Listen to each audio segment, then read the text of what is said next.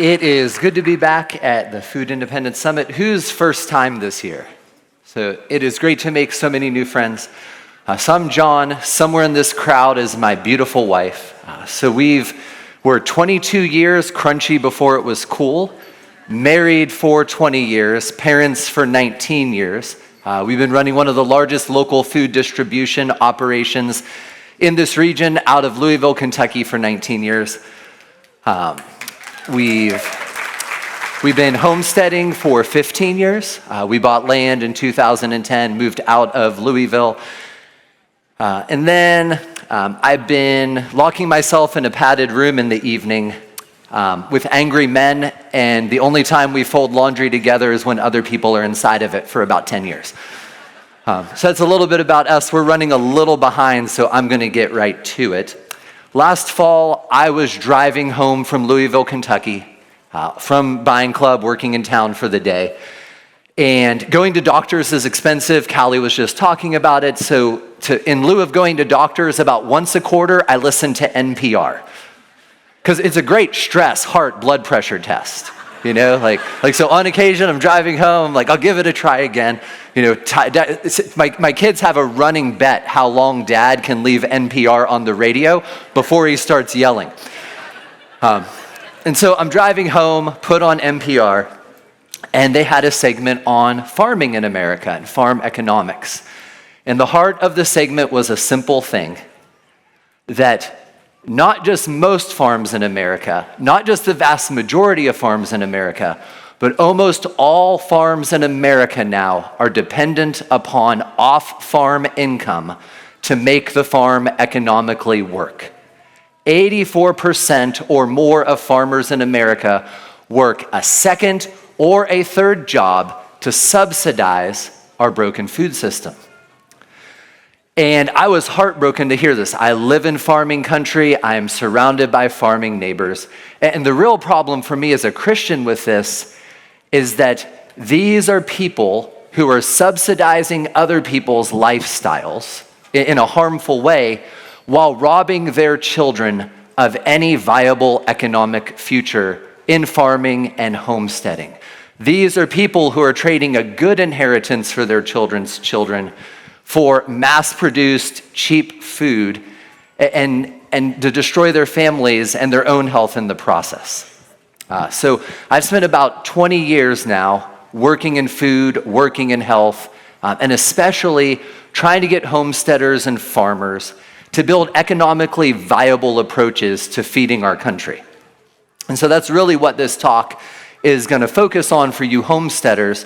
If you're somebody who's bought a homestead and you desire to see your children and grandchildren do something with that, and not do something with that by subsidizing it by the father and the mother both having to work so you can have a homestead, that's really what I want to try and focus on in the time we have.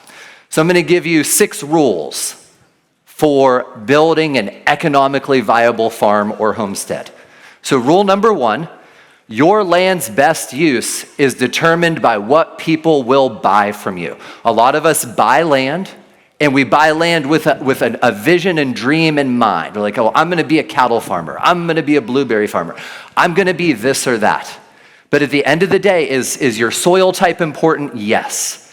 Is the skills you have important? Yes. Is what your land is best suited for matter? Yes.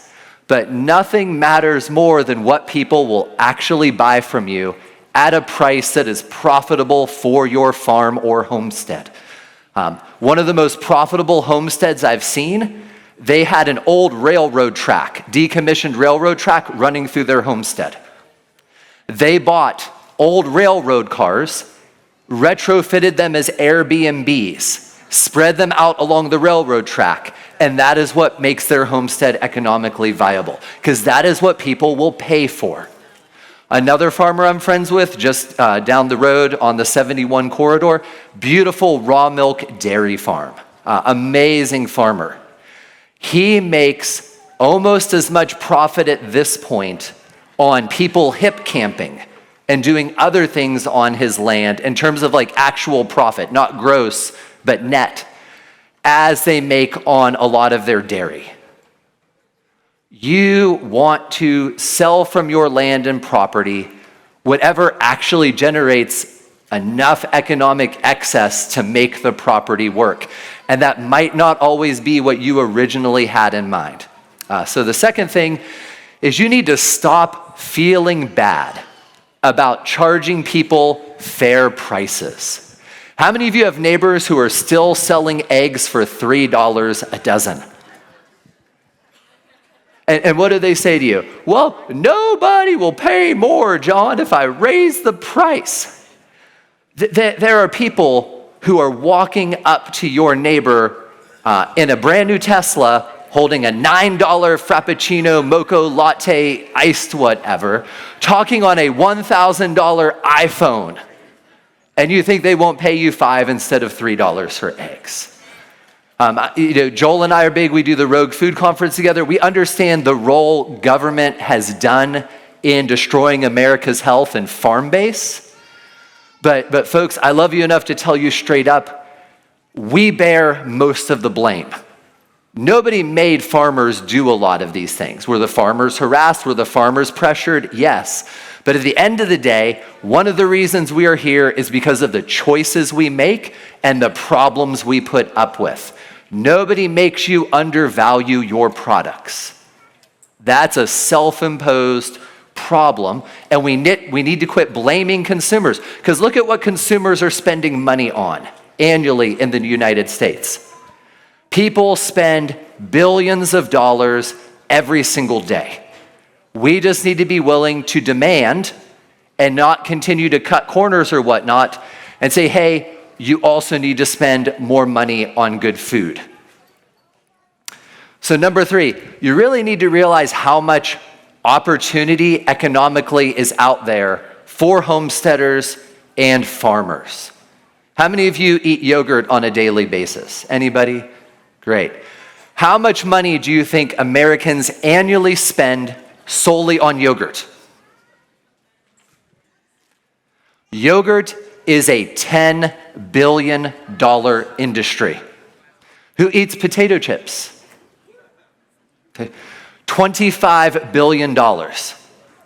Tortilla chips, $25 billion. Kombucha, water kefir, other fuzzy, bubbly, non-alcoholic drinks. $100 billion annually is spent in America on these things. So take yogurt. If we could decartel the yogurt industry, it would be 40,000 businesses at $250,000 a year with a 60% profit margin if you ran the business right, or 20,000 businesses at $500,000 a year. Take just kombucha. It would be 10,000, $150,000 businesses. And people want to buy these things from you. They do. Many, many people would rather get these foods directly from farmers and directly from homesteaders than from stores, especially with what's going on in our nation and culture at the moment. You just have to be willing to do it. And you're going to say, John, but I need permits, and I need permission, and I need all of these different things. And I'm going to tell you, you don't, because it's easier to ask forgiveness than permission.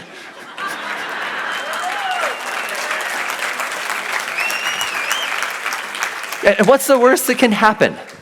You will get a letter saying you can't do it anymore. And then you get to make a choice. And you might be like the people in the Dakotas and in Maine and in all of these states that have wide-ranging food freedom who said no. And now they have food freedom. Because they said, no, we're actually still going to continue to do things regardless of what you say we can and can't do. So there is so much economic opportunity out there in so many different product categories. Because again, we're the homesteaders, we're the farmers, we're the ones who make the base ingredients that go into everything else. But we tend to sell those things cheap and buy them back expensive and wonder why we and our communities are so poor. So rule number 4, you may be raising the right things, but selling the wrong products. So, you grow lettuce, so you sell heads of lettuce. You raise lamb, so you sell cuts of lamb. You raise berries, so you sell fresh berries, or you might do a U-pick. You do all of these things. You raise cucumbers, so you sell cucumbers. You raise flowers, so I sell flower arrangements. We tend to sell at the bottom of the value chain of the food system. So take milk. Even if you're a raw milk farmer, you might be able to get $6 to $12 a gallon out of your milk, depending on what part of the country you're in. If you turn that milk into yogurt, you just turned $6 to $12, just competing with store prices, into 24. Competing with actual value prices, a lot of people will pay you $32 a gallon for raw milk yogurt, raw milk kefir, other added raw milk products. Who do you think is going to be able to build a sustainable farm or homestead? The person selling $6 a gallon milk, or the person selling $30 a gallon value-added products? If you're a farmer with just 2 or 3 dairy cows, why are you selling any raw milk at all? You should start a yogurt of the week club and sell nothing but yogurt to people. And then you could probably even afford to do home delivery.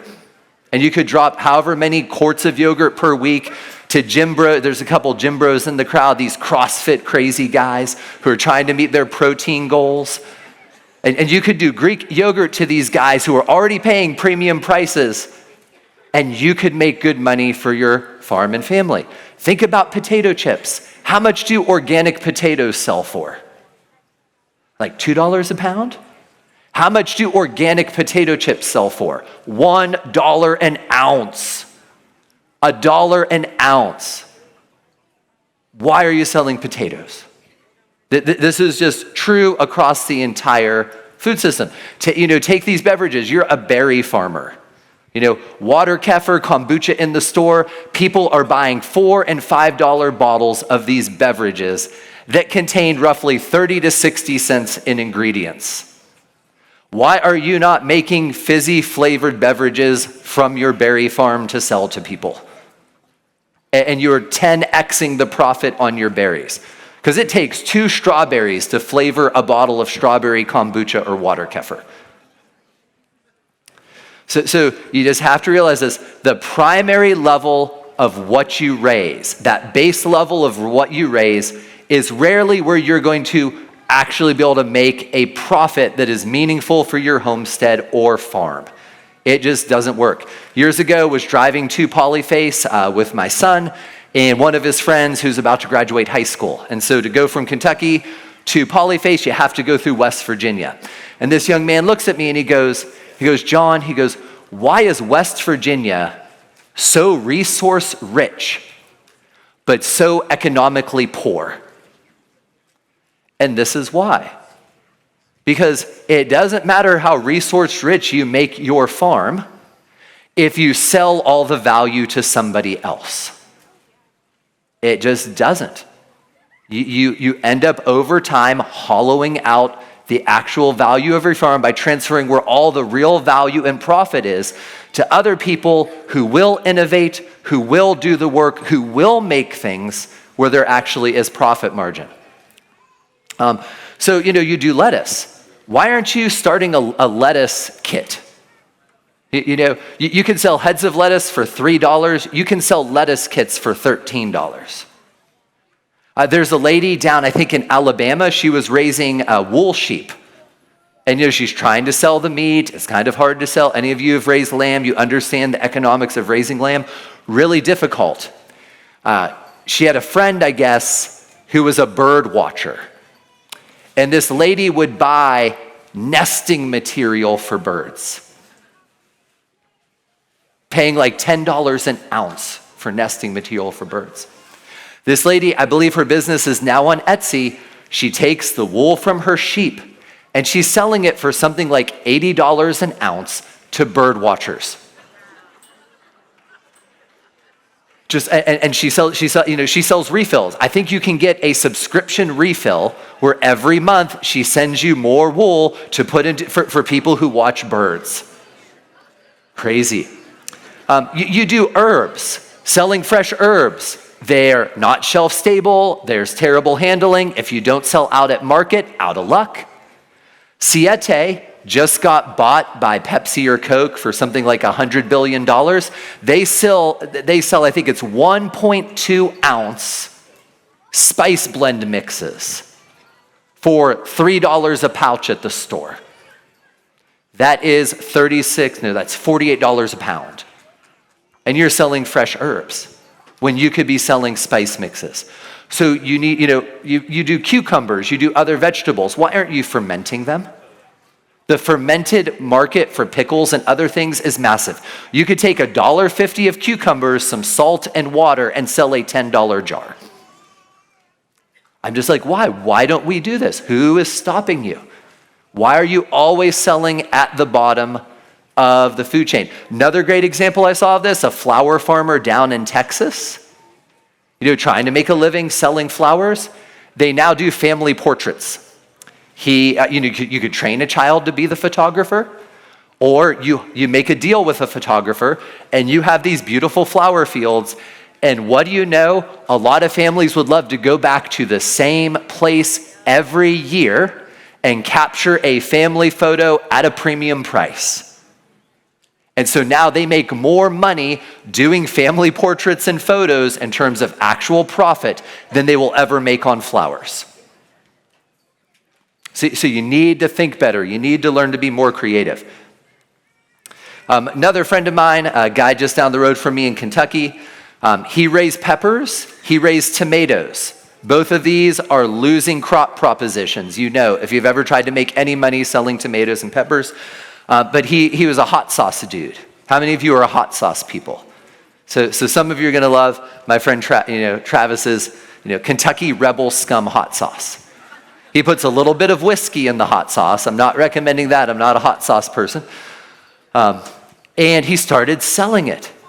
And so he's able to take a couple dollars of ingredients and turn it into a $14 bottle of hot sauce that every time he does a batch, it's already sold out on pre-orders.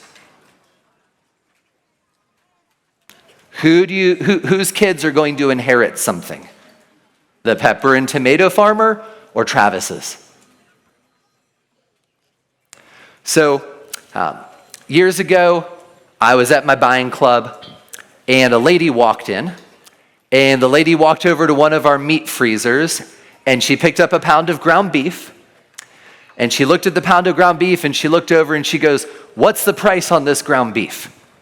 And I go, $7 a pound. She drops the ground beef, walks across the room to a shelf that has Rome meat sticks. She grabs a $50 bundle of Rome meat sticks that work out to $32 a pound. Gets 2 of them. Then grabs 2 $20 bags of coffee and checks out. You cannot compete against things people view as commodities. It's getting a little bit easier, but it is still tough. Why would that lady not think twice about buying $32 a pound meat sticks? And she would turn up her nose at $7 a pound ground beef. It's because of how consumers view value. We may not like this, but we need to meet consumers where they are if we want to become economically viable. I used to struggle greatly with this lesson. When I first started my buying club, I was an ideological purist. So I only sold whole, freshly butchered chickens to people. And people would come into my buying club. "Can I get chicken breasts?" "No." "Can I get thighs?" "No." I go, "Here's a whole chicken." They go, "I've never seen a whole chicken." "What if you've never seen a whole chicken?" Swear to the Lord, I had numerous members of the club say they had never in their life seen a whole chicken, like a whole freshly butchered chicken. Other than maybe like walking by to get chicken nuggets in the grocery store case. So do you think those people quit buying chicken breast because of my ideological purity? Do you think they quit buying boneless, skinless thighs and other? No, they just shopped somewhere else. And I lost out on their money because of my stupidity.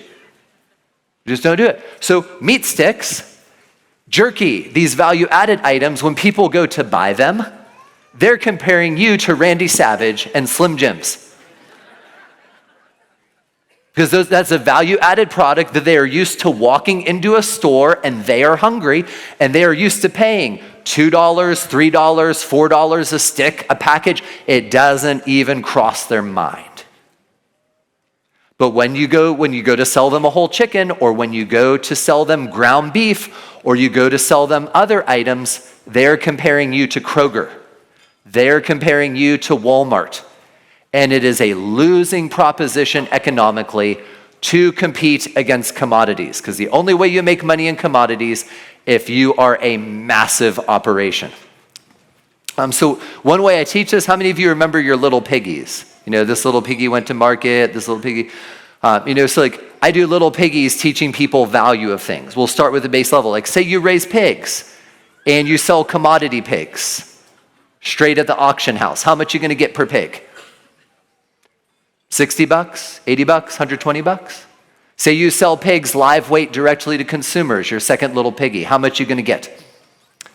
Selling directly to consumers, you might get $300 to $600 a pig, just depending on market, other factors. Now you're gonna sell pigs by quarters. You might be able to tease out $800 to $1,200 a pig. Now you move up to selling pigs by cuts. So you're on your fourth little piggy. Now you have a whole bunch of headaches because you're managing cuts, you got freezers, but you might be able to tease out $1,600 a pig selling little piggies. What if you turn an entire pig into nothing but meat sticks? You now have no inventory management and you're at $3,000 to $3,500 per pig. Or there's a lady who's a farmer in Oklahoma I know. She was going crazy, selling cuts of pigs, selling to restaurants, all of this different stuff. A friend of hers said, why don't you just sell prepared sausage at the big farmer's market down in Dallas, Fort Worth? She now gets $8,000 a pig because each quarter-pound sausage link on a bun, at the farmer's market is $10 a person. And like, yeah, John, there's a little bit more expense there, but how much more profit is she making per pig? You can do this with other products. Take a grain like spelt. You sell spelt to people. I can buy a 25-pound bag of organic spelt grain for about $25. If you mill it into flour, you might be able to get up to $2 a pound from $1 a pound. But Stutzman, who is here, they sell a puffed spelt product. And my members consume it like it is the original Coca-Cola, still with the Coke inside. My members get mad when we do not have puffs, and it sells for $6 a pound. Just crazy. So you want to look up the value chain whenever possible. This is why we started an elderberry business years ago, because I went to the store, elderberry, I noticed elderberry products in the store were utter garbage, and they were super expensive. Whereas elderberries, the base ingredient, we could grow, we were already growing them, and we could turn them into something that was 5 and 10x any other way we could sell them. You can look at a picture like this with, grains and stuff. Do you know what the most profitable item in this picture is? It's the muffins. Because good muffins at a place like Whole Foods are $2 or more a muffin. And you can cook 96 muffins at a time in a standard muffin. Four things of 24 muffins. So my one daughter has a little muffin business. And she, in 2 hours, can make almost $200 of muffins that we sell at my buying club. And think about the profit margin you have on that. So as I said, I spend a lot of time trapped in a padded room. I'm sure you could figure out which of these two guys is me. And so I would come home and I would on occasion be a little worse for wear, fighting guys half my age and twice my weight in, combat sports at 40 some years old. So I started rubbing Tiger Balm all over my body. Technically, my wife was the one who did that. It explains why we have so many kids. And my wife one day looks at the ingredients on the Tiger Balm and she goes, I'm not putting this on you. And I go, I don't care, I'm a very crunchy person. But I'm like, I do not care what is in this. My hinter areas hurt and I need something. I go, so make me an organic version. Because Tiger Balm sells for roughly $10 to $15 an ounce. Tiger Balm, BioFreeze, all of these liniments, these liniment balms. They're like 10, 15, 20 bucks an ounce. There's one all over Instagram and Facebook. It sells for $50 for 2 ounces. Crazy. So we started our own Tiger Balm business this year because my wife made a good Tiger Balm. And now we have a bunch of martial artists and other people, or just older people who don't like putting icy hot and other things that are full of toxic chemicals all over their bodies because they want to feel better. So the opportunity is there for homesteaders and farmers to actually build profitable businesses. But you're going to have to do the work learning how not to just sell straight commodities, baseline part of the value chain, if you ever want to build a profitable business and have something to leave to your children's children. So thank you all for being here so much.